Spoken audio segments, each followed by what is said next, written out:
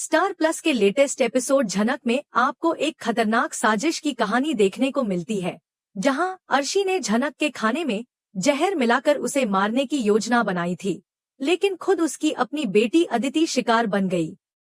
अर्शी के मन में जो बदले की आग जल रही थी, वह अब उस सीमा पर पहुंच चुकी थी जहां से कोई वापसी नहीं थी। नफरत की इस आग में जलते हुए अर्शी ने एक ऐसी खौफनाक साजिश रची थी, जो न केवल पूरे बोस परिवार को तहस-नहस कर सकती थी, बल्कि एसपी ऋषि की जिंदगी को भी पूरी तरह से बदल सकती थी। अर्शी के दिमाग में बस एक ही विचार चल रहा था कि अगर झनक की जान चली जाएगी तो अनिरुद्ध का ध्यान केवल उस पर होगा और ऋषि की जिंदगी से भी वह कांटा निकल जाएगा जो बार बार अदिति के वैवाहिक जीवन में रुकावट डालता था।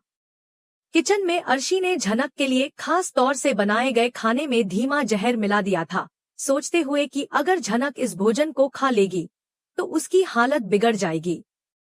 लेकिन अर्शी को यह नहीं पता था कि नियति ने उसे एक खतरनाक मोड़ पर लाकर खड़ा कर दिया था।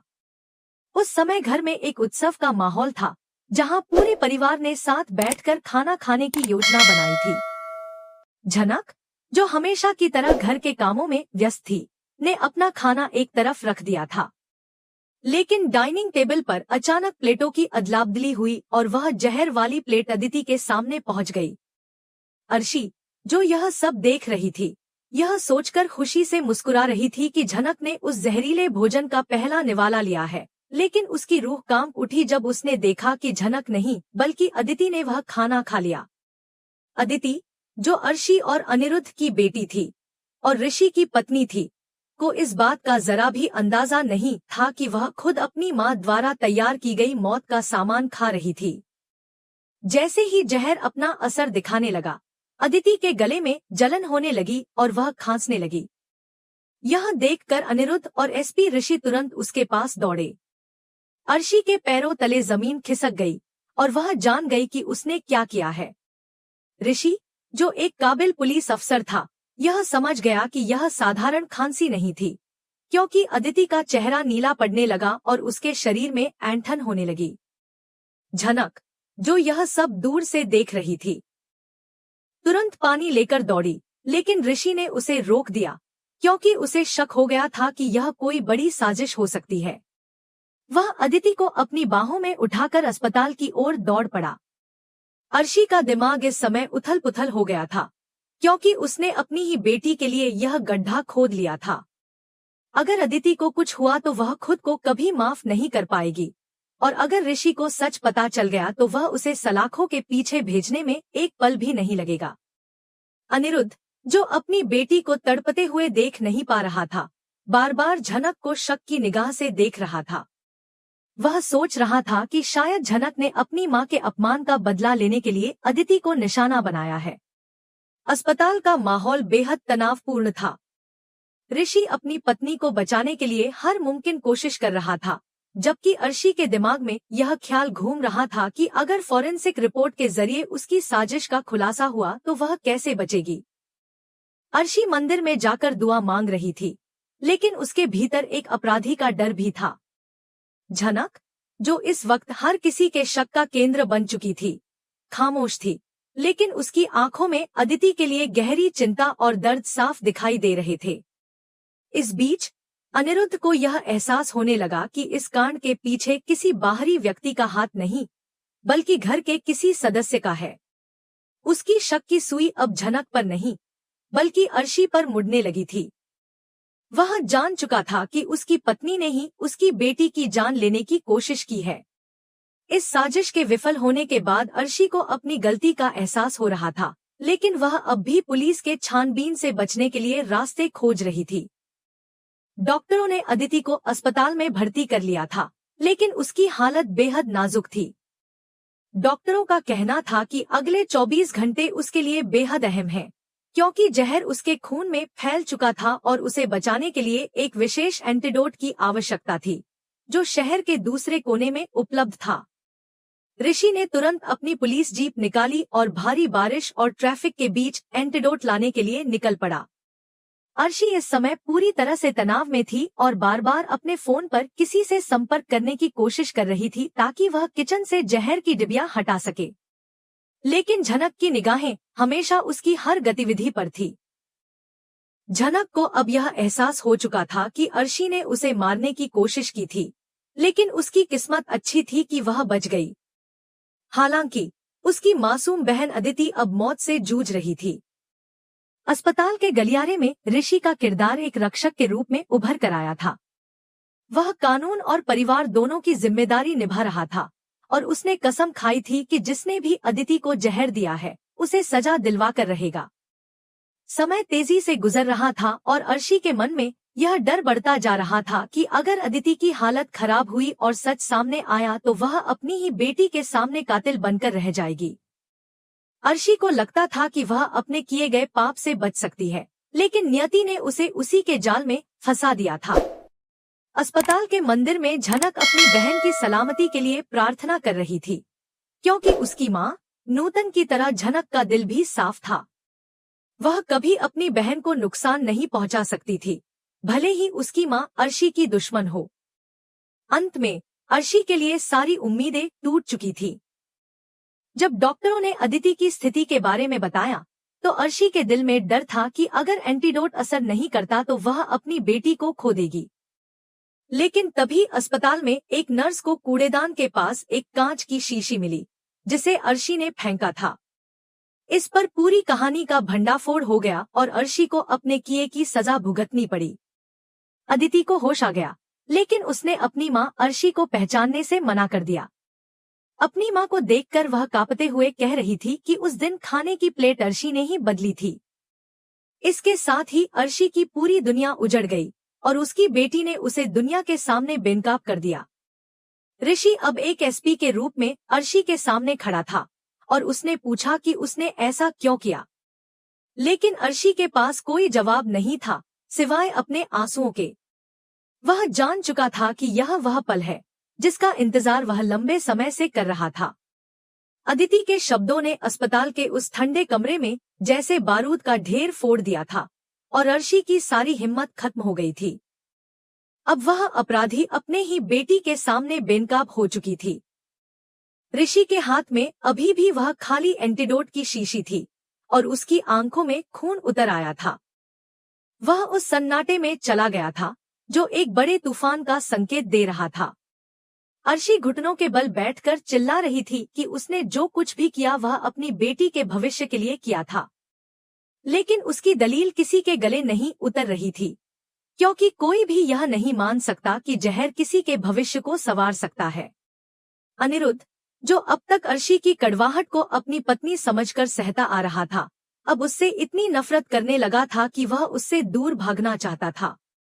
अस्पताल का माहौल अब एक क्राइम सीन बन चुका था। ऋषि ने अपनी भावनाओं को एक तरफ रखकर पूरी तरह से पेशेवर तरीके से काम किया और अस्पताल के गेट पर तैनात कांस्टेबल्स को अंदर बुलाया। फिर उसने बिना किसी दया या सहानुभूति के अर्शी को हिरासत में लेने का आदेश दिया। अर्शी की चीखें पूरे अस्पताल में गूंजने लगी और वह बार बार अनिरुद्ध का हाथ पकड़ने की कोशिश कर रही थी। वह उससे भीख मांग रही थी कि उसे इस अपमानजनक स्थिति से बचा ले, लेकिन अनिरुद्ध ने अपनी नजरें फेर ली थी, क्योंकि उसे अदिति का तड़पता हुआ चेहरा बार बार याद आ रहा था। इस पूरे ट्रैक में अब झनक का किरदार एक मजबूत आधार बनकर उभरा था। जब अर्शी को ले जाया जा रहा था, तब झनक ने ऋषि को रोका और कहा कि वह एक बार फिर से सोच ले, क्योंकि इससे अदिति की जिंदगी पर गहरा असर पड़ेगा। लेकिन ऋषि, जो कानून का सख्त पालन करने वाला था, ने झनक को स्पष्ट शब्दों में जवाब दिया कि कानून खून के रिश्तों से ऊपर होता है और जो किसी की जान लेने की कोशिश करेगा उसे वह कभी माफ नहीं कर सकता। अस्पताल के गलियारे में एक और धमाका हुआ जब फॉरेंसिक टीम की प्रारंभिक रिपोर्ट ऋषि के मोबाइल पर आई। रिपोर्ट में यह साफ लिखा था कि जो जहर अदिति के शरीर में मिला है वही घातक केमिकल अर्शी के पर्सनल लॉकर की चाबी पर भी पाया गया था। अब अर्शी के पास बचने का कोई रास्ता नहीं बचा था। वह पागलों की तरह हंसने लगी और उसने स्वीकार किया कि हाँ, उसने ही वह जहर मिलाया था, लेकिन वह जहर झनक के लिए था। अर्शी का यह इकबालिया बयान सुनकर अनिरुद्ध ने उसे एक जोरदार तमाचा जड़ दिया, जो बरसों की दबी हुई नफरत का परिणाम था। अस्पताल के स्टाफ और मरीज यह तमाशा देख रहे थे और फिर अर्शी को पुलिस वैन में धकेल दिया गया। झनक अब आईसीयू के अंदर गई, जहां अदिति को होश आ चुका था। अदिति ने अपनी बहन झनक को गले लगा लिया और दोनों बहनें फूट फूट कर रोने लगी। अदिति अपनी मां की करतूत सुनकर अंदर से टूट चुकी थी। उसे यकीन नहीं हो रहा था कि उसकी मां ने उसे मरने तक पहुंचा दिया। जब ऋषि अंदर आया तो उसने अपनी पत्नी को भरोसा दिलाया कि वह हमेशा उसके साथ है और इंसाफ होकर रहेगा। लेकिन कहानी में अब एक नया मोड़ आ गया था। अर्शी ने जेल जाते जाते एक ऐसी धमकी दी थी जो झनक और अनिरुद्ध की नींद उड़ा सकती थी। अर्शी ने दावा किया था कि नूतन की मौत का राज केवल उसे पता है और यदि उसे जेल भेजा गया तो वह उस राज को अपने साथ दफन कर देगी, जिससे झनक कभी अपनी मां को इंसाफ नहीं दिला पाएगी। अब झनक के सामने एक बड़ी दुविधा थी, अपनी मां का सच जानने के लिए अर्शी को बचाएं या उसे उसके किए की सजा दिलवाएं। अर्शी का यह आखिरी वार झनक के पैरों तले से जमीन खिसका गया था। अस्पताल की सफेद दीवारों के बीच अब झनक के मन में एक युद्ध छिड़ गया था, जहां एक तरफ नूतन की मौत का सच था और दूसरी तरफ अदिति को इंसाफ दिलाने का सवाल। जब एसपी ऋषि ने अपनी ड्यूटी खत्म की और घर लौटे तो उसने महसूस किया कि घर की हवा बदल चुकी है। बोस हाउस, जो कभी खुशियों से भरा हुआ था, अब खामोश था। ऋषि को अपनी सास अर्शी के प्रति कोई सहानुभूति नहीं थी, लेकिन जब उसने देखा कि झनक बदहवास होकर रो रही थी तो उसका पुलिस वाला दिमाग चकरा गया। उसे लगा कि शायद झनक पर अनिरुद्ध या परिवार के अन्य सदस्य दबाव बना रहे हैं। अगली रात झनक ने पुलिस स्टेशन जाकर अर्शी से मिलने का फैसला किया, जो कि कानूनी रूप से जुर्म था। लेकिन एक बेटी का अपनी मां के कातिल को ढूंढने का जुनून उसे इस कदम को उठाने पर मजबूर कर रहा था। अनिरुद्ध, जो झनक का साया बनकर उसके साथ खड़ा था, भी इस गैरकानूनी कदम में उसका साथ दे रहा था। दोनों चोरी छुपे लॉकअप के पास पहुंचे, जहां अर्शी अपनी जीत का जश्न मना रही थी। अर्शी ने झनक को देखते ही हंसते हुए कहा कि नूतन की मौत एक सोची समझी साजिश थी और उसके तार सीधे बोस हाउस से जुड़े थे। झनक ने अर्शी के पैर पकड़कर सच बताने की भीख मांगी, लेकिन अर्शी ने एक शर्त रखी, पहले उसे जेल से बाहर निकाला जाए और उस पर लगे अटेम्प्ट टू मर्डर के केस को खत्म किया जाए। इसने झनक को एक नैतिक संकट में डाल दिया। वह इंसाफ और अपनी मां के सच के बीच उलझी हुई थी। तभी एसपी ऋषि ने एंट्री की और वह झनक और अनिरुद्ध का हाथ पकड़कर चिल्लाया, क्या तुम उस औरत को बचाना चाहती हो जिसने तुम्हें जहर देने की कोशिश की? झनक के पास इस सवाल का कोई जवाब नहीं था और अनिरुद्ध भी खामोश खड़ा था, क्योंकि वह जानता था कि अगर वह ऋषि की जगह होता तो शायद वही करता।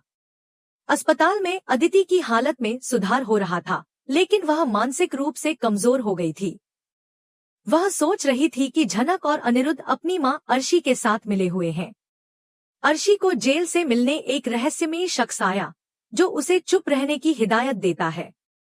वह शख्स कोई और नहीं बल्कि बोस हाउस का वह पुराना राजदार था, जो नूतन की मौत के वक्त वहां मौजूद था और अब तक उसकी कहानी में उसका नाम नहीं आया था।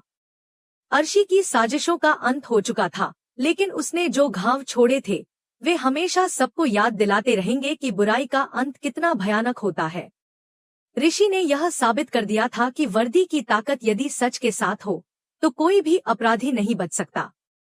झनक अब अपनी मां के अधूरे सपनों को पूरा करने के लिए आगे बढ़ रही थी और अनिरुद्ध अपनी गलतियों का प्रायश्चित कर रहा था।